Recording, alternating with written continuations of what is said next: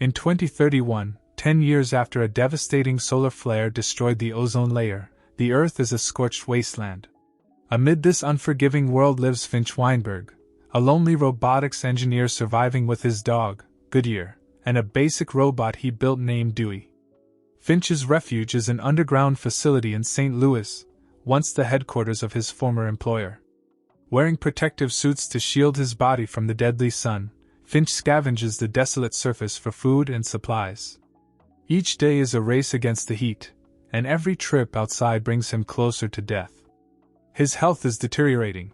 He believes radiation poisoning is slowly eating away at him. But Finch is determined to live long enough to build something meaningful before he's gone, an advanced humanoid robot to care for Goodyear after he dies. He scavenges old books and manuals to teach the robot essential survival skills, including caring for a dog and performing repairs. Finch's nights are spent programming and assembling this new robot, perfecting its communication system so it can understand human emotions. He embeds rules into the robot's programming: never harm people, always help others, and protect Goodyear at all costs. When the robot is complete, Finch invites it to choose a name. The robot, delighted by this gesture of freedom, names itself Jeff. But before Finch has time to fully train Jeff, a powerful sandstorm, a 40-day event, looms on the horizon. With limited food supplies and nowhere to shelter, Finch makes the desperate decision to leave St. Louis. He sets his sights on San Francisco, hoping to find safety before the storm strikes. Together, Finch, Goodyear, and Jeff set off in a heavily modified van, designed to withstand the scorching heat and unforgiving environment. As they travel through a lifeless desert, Jeff begins learning basic survival tasks from Finch, such as scavenging and cooking. At one point, Finch teaches Jeff how to pop popcorn using only the heat of the sun, sparking a childlike joy in the robot. Despite the harsh conditions, moments like these foster a deep bond between Finch and Jeff. However, the sandstorm moves faster than expected, overtaking them in the desert.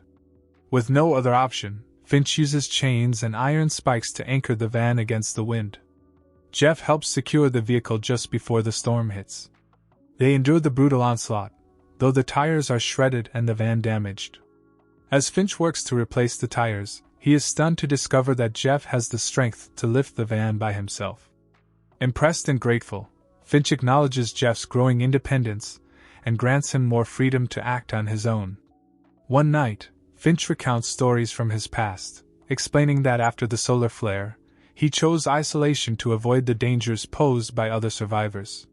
He shares a haunting memory of a mother instructing her daughter to shoot anyone they encountered.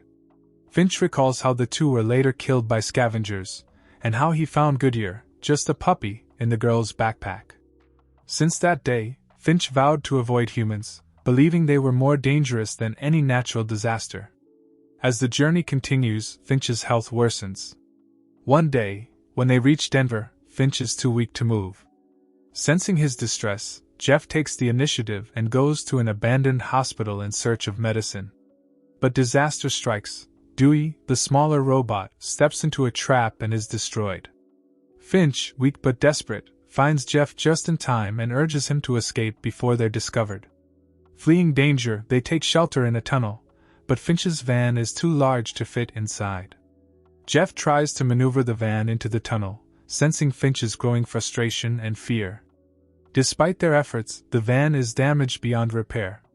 Finch is overcome with despair, knowing they may not reach San Francisco. But Jeff offers words of encouragement, reminding Finch of his lifelong dream to see the Golden Gate Bridge. Touched by Jeff's optimism, Finch reveals a painful memory, a letter from his estranged father, sent years before the solar flare, inviting Finch to meet him at the Golden Gate Bridge. Finch never went. His life was consumed with caring for his ailing mother. Now, with his body failing, Finch knows he will never meet his father, but Jeff's encouragement rekindles his resolve.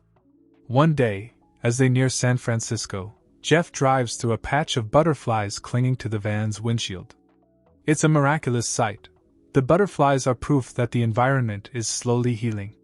Finch uses a radiation meter and discovers that the UV levels have dropped. For the first time in years, he steps out into the sunlight without protective gear.